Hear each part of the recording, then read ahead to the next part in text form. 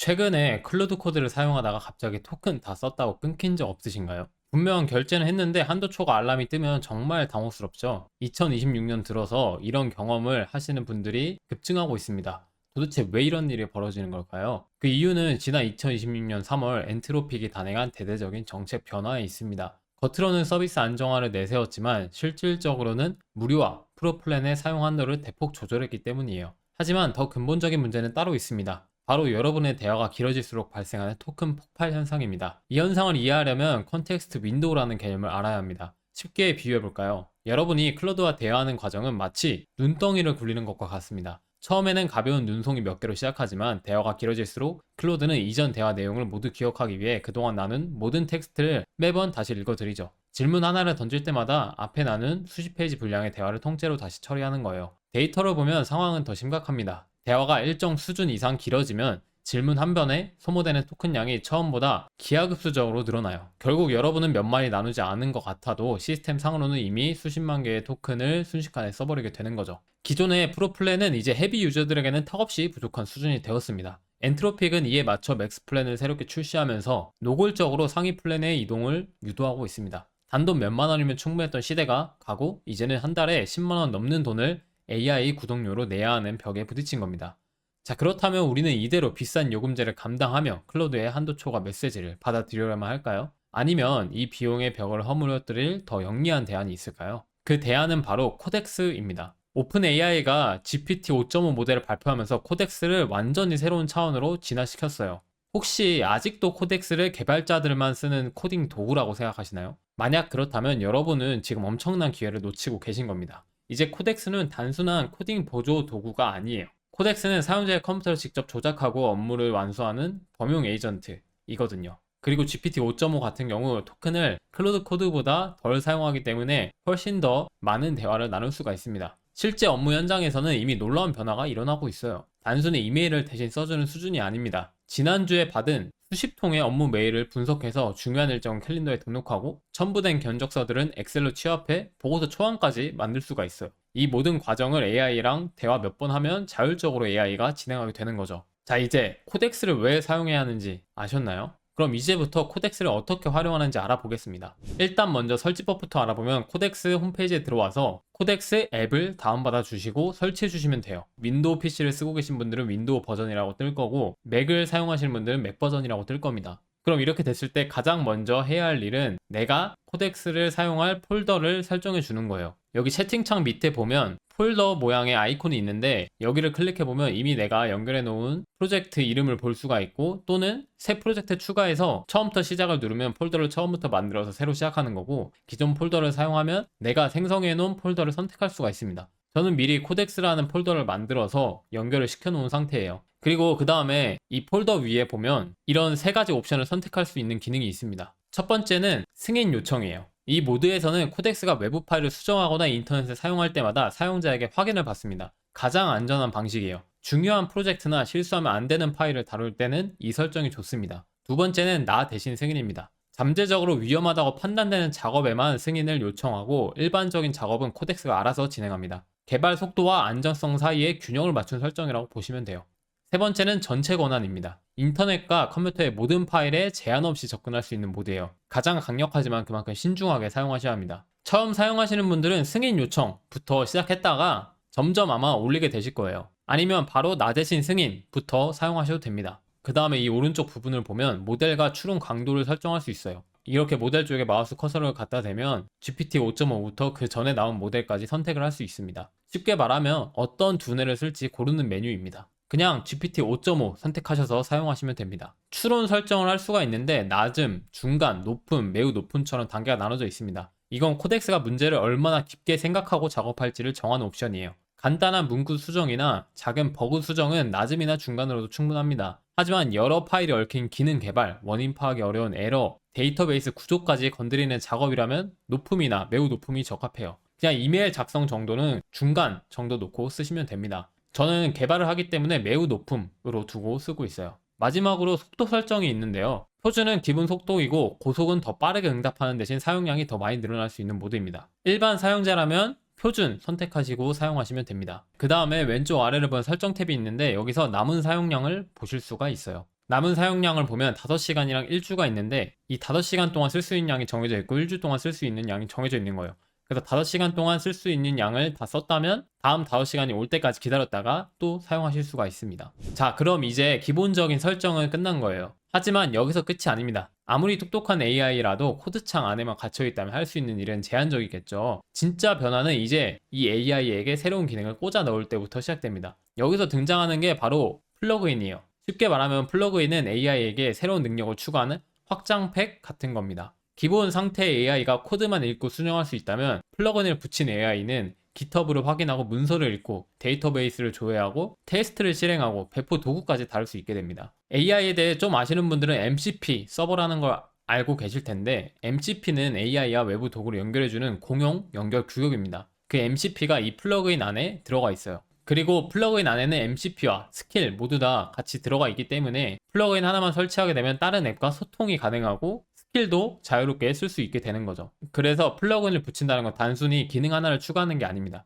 AI에게 도구를 연결하고 반복 업무 방식을 학습시키고 실제 개발 환경 안에서 움직일 수 있는 손과 발을 달아주는 것에 가까워요. 그래서 보시면 여기에 크롬 이런 게 있죠. 그럼 크롬을 조작할 수 있게 되는 거예요. 실제로 보면 노션 같은 플러그인도 있습니다. 그럼 노션을 직접 조작할 수 있게 되는 거죠. 자, 그럼 여기까지 코덱스에 대해서 가장 기본적인 내용들은 끝났습니다. 그럼 이제부터 코덱스를 활용해서 무엇을 할 수 있는지 알아보겠습니다. 저희가 가장 첫 번째로 해볼 거는 웹사이트 배포입니다. 우리가 웹사이트 배포하려고 하면 아마 비개발자 분들은 어떻게 해야 할지도 모를 거예요. 근데 코덱스에서 플러그인 하나만 설치해주면 아주 쉽게 웹사이트 배포를 할 수가 있습니다.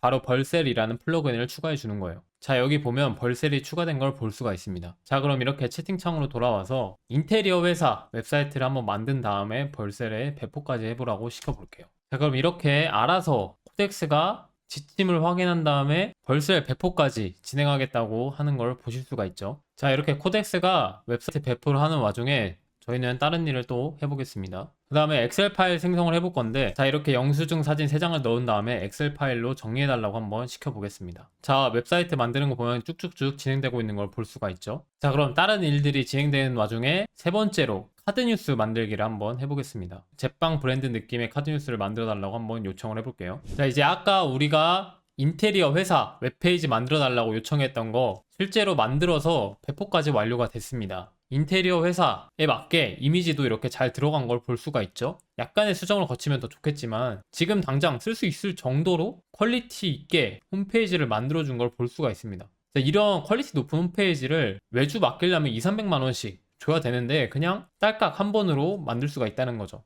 그리고 이 홈페이지는 온라인에 배포가 됐기 때문에 이 도메인 주소만 있으면 어디에서든지 접근이 가능합니다. 홈페이지 제작부터 웹사이트 배포까지 한 번에 가능한 거죠. 그리고 시간상 지금은 제가 하지 않을 건데 만약에 이런 디자인 톤이 마음에 안 든다 그러면 코덱스에 와가지고 여기다가 블랙톤으로 디자인해서 다시 홈페이지를 배포해줘 하면은 디자인을 다시 한 다음에 배포까지 알아서 다시 해줍니다. 그러니까 이제 그냥 웹사이트 개발자 이 정도는 그냥 필요가 없는 거죠. 나 혼자서 해도 충분한 겁니다. 자, 보면 엑셀 파일 생성을 완료한 걸 볼 수가 있습니다. 영수증 정리가 깔끔하게 완성된 걸 볼 수가 있습니다. 그리고 조금 사용자가 다시 확인해야 될 부분은 이렇게 비고로 따로 정리해서 보여주는 것까지 볼 수가 있어요. 자, 이런 식으로 영수증 정리도 하나하나 손으로 입력하는 게 아니라 코덱스로 자동화가 가능합니다. 엑셀 파일 생성, PPT 생성, 워드 파일 생성 전부 다 가능한 거예요. 보면 카드뉴스 같은 경우에 잘 나온 걸 볼 수가 있죠. 브레드하우스라는 게 잘 나왔고 실제 빵 같은 이미지로 잘 나온 걸 볼 수가 있습니다. 자, 그 다음에 만약에 이게 디자인이 마음에 들었다면 이 디자인을 스킬로 지정을 할 수가 있어요. 스킬로 지정해달라고 요청을 하면 스킬로 지정을 해줍니다. 스킬 이름은 브레드하우스로 해달라고 했고 디자인과 스타일을 그대로 유지해서 스킬로 만들어달라고 했어요. 완료된 걸 볼 수가 있습니다. 스킬이 만들어졌는지 확인해 보려면 골뱅이를 치고 브레드 치니까 브레드하우스라는 스킬이 나온 게 보이시죠? 또는 플러그인 가면 여기 스킬이 있습니다. 스킬에 가면 브레드하우스라는 스킬이 생긴 걸 볼 수가 있습니다. 이 스킬을 다시 호출해가지고 카드뉴스를 만들면 비슷한 톤의 카드뉴스를 계속 만들어낼 수 있는 거예요. 그러니까 내가 처음부터 다시 할 필요 없이 내가 이미 해놓은 작업 과정을 자동화시킬 수 있는 거죠. 스킬을 통해서. 자, 그 다음으로 자동화 기능을 한번 만들어 볼게요. 플러그인에서 지메일을 설치하시고 골뱅이를 치면은 이렇게 설치된 플러그인을 볼 수가 있습니다. 여기서 지메일을 선택해 주는 거예요. 평일 아침마다 이메일 정리, 읽지 않은 이메일, 오늘 확인이 필요한 일을 알려주는 아침 브리핑 자동화를 설정해줘. 그러면 코덱스가 자동으로 자동화를 설정해 줍니다. 자동화 설정이 완료된 걸 볼 수가 있습니다. 근데 이 자동화가 제대로 됐는지 확인해보고 싶다면 자동화 보기 여기 들어간 다음에 지금 실행 버튼을 누르면 지금 자동화가 제대로 됐는지 확인을 해볼 수가 있습니다. 저한테 온 메일을 정리해서 쭉 보여주는 걸 볼 수가 있습니다. 실제로 제 지메일에 있는 내용들을 가져와서 써준 거예요.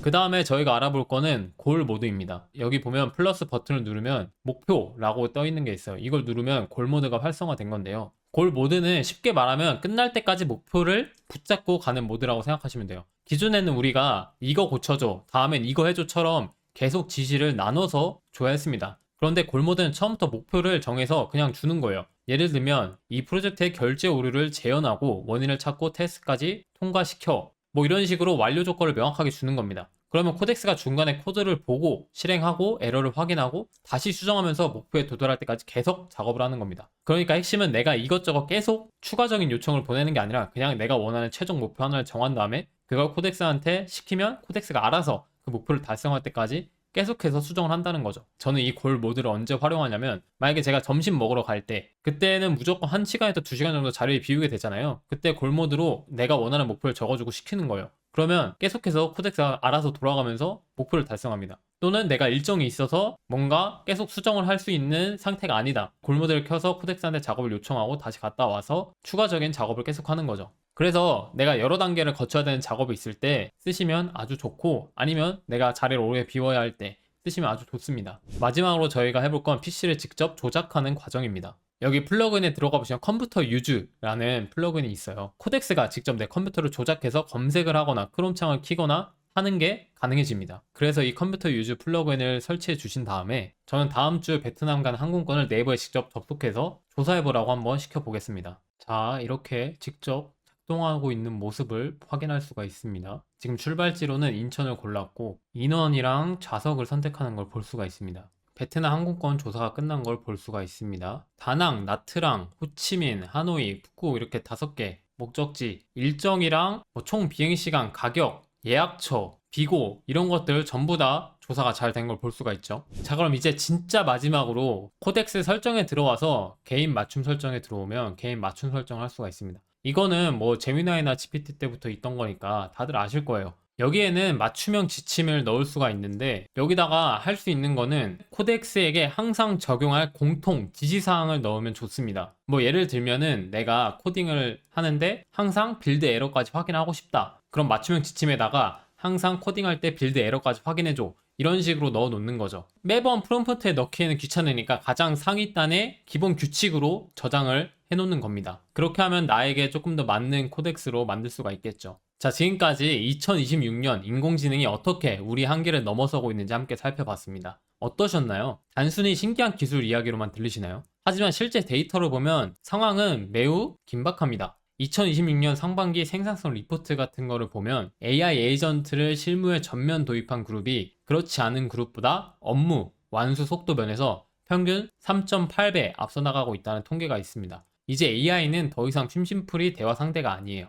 나의 권한을 넘겨받아 실제로 일을 완수하는 나의 디지털 분신입니다. 그리고 이 모든 과정은 이제 개발자만의 전유물이 아니에요. 여러분이 방금 보신 것처럼 복잡한 코드 한 줄 몰라도 말 한마디로 이 모든 시스템을 부릴 수 있는 시대가 열렸으니까요. 변화의 파도는 이미 시작되었습니다. 이 파도에 휩쓸릴 것인지 아니면 파도를 타고 더 넓은 세상으로 나아갈 것인지는 오늘 여러분의 선택에 달려 있습니다. 도구의 주인이 되어 미래를 선점하시겠습니까? 아니면 여전히 한도 초과 메시지 앞에서 멈춰서 계시겠습니까? 지금 바로 코덱스를 설치하고 여러분만의 에이전트를 깨워보세요. 오늘 내용이 여러분의 새로운 시작에 확신을 주었다면 구독과 알림 설정으로 앞으로 펼쳐질 에이전트 시대의 주인공이 되시길 바라겠습니다. 저는 더 유익하고 놀라운 정보로 다시 돌아오겠습니다. 그럼 영상 시청해주셔서 감사합니다.